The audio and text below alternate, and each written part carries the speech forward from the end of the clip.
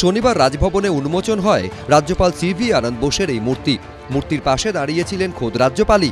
নানা মহলে প্রশ্ন ওঠে, রাজ্যপাল নিজেই নিজের মূর্তি উন্মোচন করছেন, এ আবার কি করে সম্ভব? বিতর্ক শুরু হতে রবিবার প্রথমে রাজভবনের তরফে দাবি করা হয় মূর্তিটি উপহার পেয়েছেন রাজ্যপাল, আর সোমবার মূর্তিই সরিয়ে ফেলা হলো।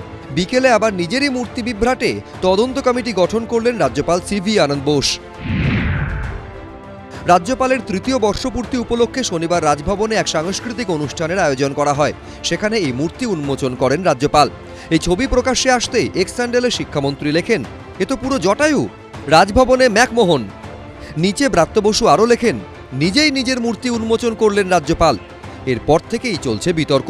এই প্রেক্ষাপটে রবিবার রাজভবন মিডিয়া সেলের তরফে এক্স হ্যান্ডেলে লেখা হয়, অনেক শিল্পী তাদের শিল্পকর্ম মাননীয় রাজ্যপালকে উপহার দেন। অনেক চিত্রশিল্পী মাননীয় রাজ্যপালের প্রতিকৃতি এঁকে তাকে উপহার দিয়েছেন। অনুরূপভাবে এক সৃষ্টিশীল ভাস্কর মাননীয় রাজ্যপালের একটি মূর্তি তৈরি করে উপহার দিয়েছিলেন। কিন্তু দুর্ভাগ্যজনকভাবে এই ঘটনাকে নিজের মূর্তি উন্মোচন বলে উল্লেখ করা হয়েছে। সোমবার ফের রাজভবন মিডিয়া সেলের তরফে এক্স হ্যান্ডেলে লেখা হয়, 2024 সালের 23শে নভেম্বর একটি বিশেষ মুহূর্তে মাননীয় রাজ্যপাল একটি আবক্ষ মূর্তি গ্রহণ করেন, যা এক সাধারণ ভাস্কর তৈরি করেছিলেন। এই ভাস্কর কখনো মাননীয় রাজ্যপালের সঙ্গে সাক্ষাৎ করেননি বা কখনো রাজভবন কলকাতা পরিদর্শন করেননি। তিনি পশ্চিমবঙ্গের এক প্রত্যন্ত অঞ্চলে বসবাস করেন এবং তার শিল্পকর্মটি রাজ্যপালের প্রতি গভীর শ্রদ্ধা এবং ভালোবাসা থেকে উৎসারিত। এই মূর্তি, যা মাননীয় রাজ্যপালের নেতৃত্বের 2 বছরের পূর্তি উদযাপনের জন্য নিবেদিত, এক অভূতপূর্ব শ্রদ্ধার প্রকাশ। এরপরই সোমবার বিকেলে রাজভবনের তরফে জানানো হয়, রাজভবনে মূর্তিকাণ্ডে তদন্ত কমিটি গঠন করেছেন রাজ্যপাল। সূত্রের খবর, প্রোটোকল ভেঙে কিভাবে ওই মূর্তি ওখানে বসানো হয় সেই তদন্ত করবে কমিটি।